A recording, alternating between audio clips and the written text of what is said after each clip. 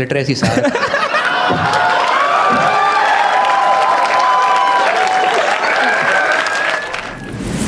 ഈ വീഡിയോ നമ്മൾ മലയാളികൾക്ക് സുപരിചിതമാണ്.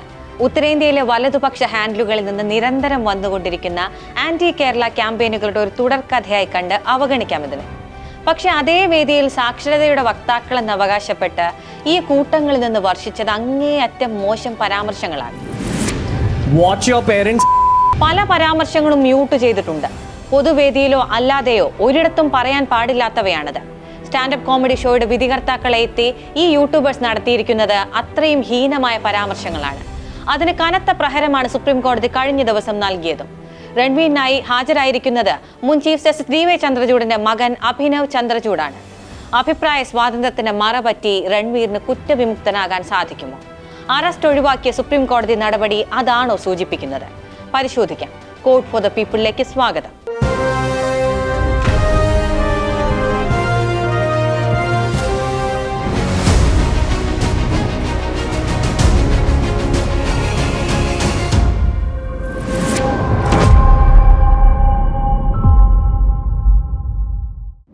ബിയർ ബൈസെപ്സ് എന്നറിയപ്പെടുന്ന യൂട്യൂബറും പോഡ്കാസ്റ്ററുമാണ് രൺവീർ അലാബാദിയ. ബിയർ ബൈസെപ്സ് എന്ന അയാളുടെ യൂട്യൂബ് ചാനലിൽ ISRO ചെയർമാൻ ഡോക്ടർ സോമനാഥനുമായുള്ള പോഡ്കാസ്റ്റ് വീഡിയോ മുതൽ വൻ സിനിമാ താരങ്ങൾ വരെയുണ്ട്. S ജയശങ്കറും ഭഗവത്ഗീതയും ഇസ്ലാമിലെ ജിന്നും തുടങ്ങി പോകുന്നു കണ്ടന്റുകൾ. നിലവിലെ BJP മന്ത്രിസഭയിലെ തന്നെ നിരവധി പേരാണ് രൺവീറിന്റെ പോഡ്കാസ്റ്റ് ഷോയുടെ ഭാഗമായിട്ടുള്ളത്. പ്രിയങ്ക ചോപ്രയും മാധവനും കരീന കപൂറും സഞ്ജയ് ദത്തും ഉൾപ്പെടെയുള്ള താരനിരകളുമായുള്ള പോഡ്കാസ്റ്റ്. നിരവധി വീഡിയോകൾ, എല്ലാത്തിനും വൻ കാഴ്ചക്കാർ. മോങ്ക് എന്ന talent management agency, Big Brain Co എന്ന മറ്റൊരു YouTube channel, level super mind എന്ന application, Beer Biceps Skill House എന്ന പോഡ്കാസ്റ്റിംഗിലും വീഡിയോ എഡിറ്റിംഗിലും കോഴ്സുകൾ നൽകുന്ന സ്ഥാപനം ഉൾപ്പെടെ നിരവധി സംരംഭങ്ങളും രൺവീറിന്റേതായുണ്ട്. കഴിഞ്ഞ വർഷം മോദിയുടെ കയ്യിൽ നിന്ന് നാഷണൽ ക്രിയേറ്റേഴ്സ് അവാർഡും കരസ്ഥമാക്കിയിട്ടുണ്ട് രൺവീർ അലാബാദിയ.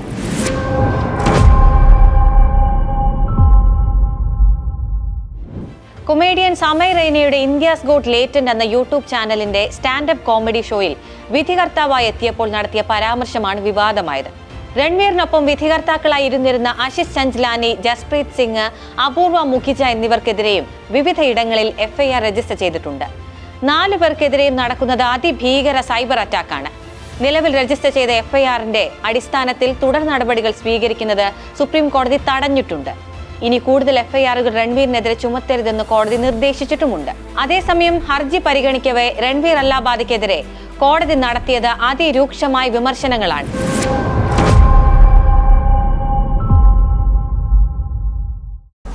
അറസ്റ്റ് തത്കാലത്തേക്ക് തടഞ്ഞത് രൺവീർ അലാബാദിക്ക് താത്കാലിക ആശ്വാസമായെങ്കിലും സുപ്രീം കോടതി കടുപ്പിച്ചു തന്നെ പറഞ്ഞു. അഭിപ്രായ സ്വാതന്ത്ര്യത്തിന്റെ പേരിൽ ആർക്കും എന്തും വിളിച്ചു പറയാനുള്ള ലൈസൻസ് നൽകാനാകില്ലെന്ന് കോടതി പറഞ്ഞു. ലജ്ജിപ്പിക്കുന്ന പരാമർശങ്ങളാണ് പരിപാടിയിൽ നടത്തിയത്. വിധികർത്താക്കളായി നിന്നവരുടെ മാനസിക വൈകൃതമാണ് വ്യക്തമായത്. രക്ഷിതാക്കൾക്ക് ഇത് കേട്ട് നിൽക്കാനാകുമോ എന്നും കോടതി ചോദിച്ചു. നിയമം അതിന്റെ വഴിക്ക് തന്നെ പോകും. ജനപ്രീതി ഉണ്ടെന്ന് കരുതി എന്തും പറയാമെന്ന് കരുതരുതെന്നും കോടതി മുന്നറിയിപ്പ് നൽകി. ജസ്റ്റിസുമാരായ സൂര്യകാന്ത്, N കോടീശ്വർ സിംഗ് എന്നിവരടങ്ങിയ ബെഞ്ചാണ് കേസ് പരിഗണിച്ചത്.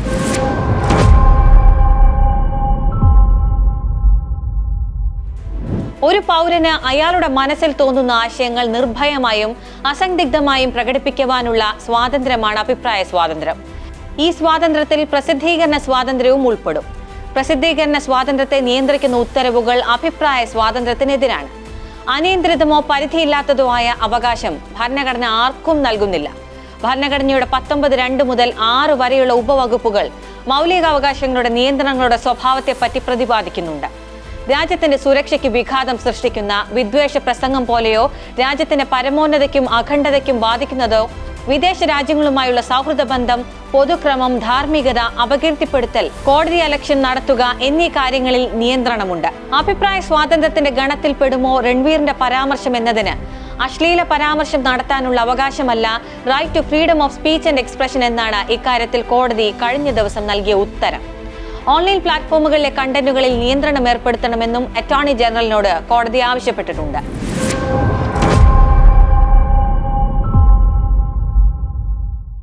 മുൻ ചീഫ് ജസ്റ്റിസ് DY ചന്ദ്രചൂഡിന്റെ മകൻ അഭിനവ് ചന്ദ്രചൂഡാണ് രൺവീറിനായി ഹാജരായത്.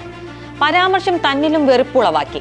പക്ഷേ ഒരു ക്രിമിനൽ കുറ്റത്തിന്റെ തലത്തിലേക്ക് ഈ കേസിനെ കൊണ്ടുപോകണോ എന്നത് ചോദ്യമാണ് എന്നാണ് അഭിനവ് ബെഞ്ചിന് മുന്നിൽ പറഞ്ഞത്. രൺവീറിന് ജീവന ഭീഷണിയുണ്ടെന്നും അത് പരിഗണിക്കണമെന്നും അഭിനവ് പറഞ്ഞു. മോശം ഭാഷ ഉപയോഗിച്ച് ചീപ്പ് പബ്ലിസിറ്റിക്ക് ശ്രമിച്ചാൽ അതിന് മറുപടി നൽകി അതേ പബ്ലിസിറ്റിക്ക് വേണ്ടി മറ്റുള്ളവരും ശ്രമിക്കുമെന്നായിരുന്നു സുപ്രീം കോടതിയുടെ മറുപടി.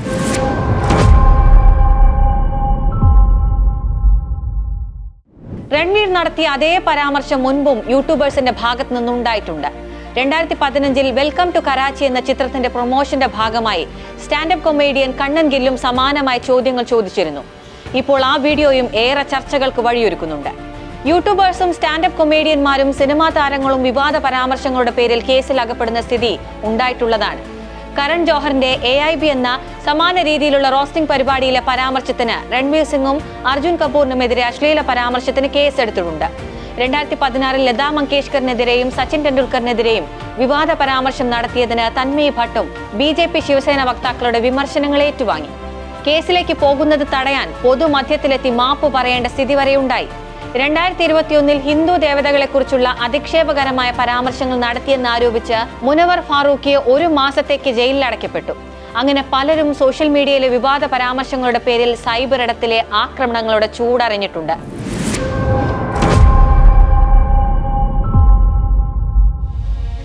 അല്ലാബാദിയയുടെ പാസ്പോർട്ട് താനെ പോലീസ് സ്റ്റേഷനിൽ ഹാജരാക്കണമെന്നും കോടതിയുടെ അനുമതിയില്ലാതെ രാജ്യം വിടരുതെന്നുമാണ് കോടതി നിർദ്ദേശം.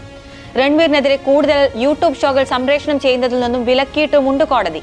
മാർച്ച് 3 കേസിൽ വീണ്ടും വാദം കേൾക്കും. സുപ്രീം കോടതിയിൽ നിന്ന് താത്കാലിക ആശ്വാസം ലഭിച്ചിട്ടുണ്ടെങ്കിലും അല്ലാബാദിയക്കെതിരെ 1-ലധികം FIRകൾ ഇപ്പോഴും നിലനിൽക്കുന്നുണ്ട്. തുടരെയുള്ള വധഭീഷണികളും. രൺവീറിനൊപ്പം ചിരിച്ചവരാരും ഇപ്പോൾ കൂടെയില്ലെന്നതാണ് വസ്തുത. രൺവീർ ഇന്ത്യ വിടരുതെന്ന സുപ്രീം കോടതിയുടെ പരാമർശം മണ്ടത്തരത്തിന്റെ അങ്ങേ അറ്റമെന്നാണ് ധ്രുവ് റാഠി പറഞ്ഞത്. സോഷ്യൽ മീഡിയ പ്ലാറ്റ്ഫോമുകളിൽ കയറിയിരുന്ന എന്തും വിളിച്ചു പറയാൻ ഒക്കില്ലെന്ന് തന്നെയാണ് കോടതി പറഞ്ഞത്. ഓർക്കണം, ജനങ്ങൾക്ക് അഭിപ്രായ സ്വാതന്ത്ര്യം ഭരണഘടന ഉറപ്പു നൽകുന്നുണ്ട്. പക്ഷെ അത് ജാഗ്രതയോടെയും ഉത്തരവാദിത്തത്തോടെയും ഉപയോഗിക്കണം. സോഷ്യൽ മീഡിയ പ്ലാറ്റ്ഫോമുകളും അഭിപ്രായ സ്വാതന്ത്ര്യവും നിയന്ത്രിക്കാനുള്ള പൂട്ടും അതിന്റെ താക്കോലും കേന്ദ്ര സർക്കാർ അവസാന അസ്ത്രമായി കൊണ്ടു നടക്കുന്നുണ്ട്.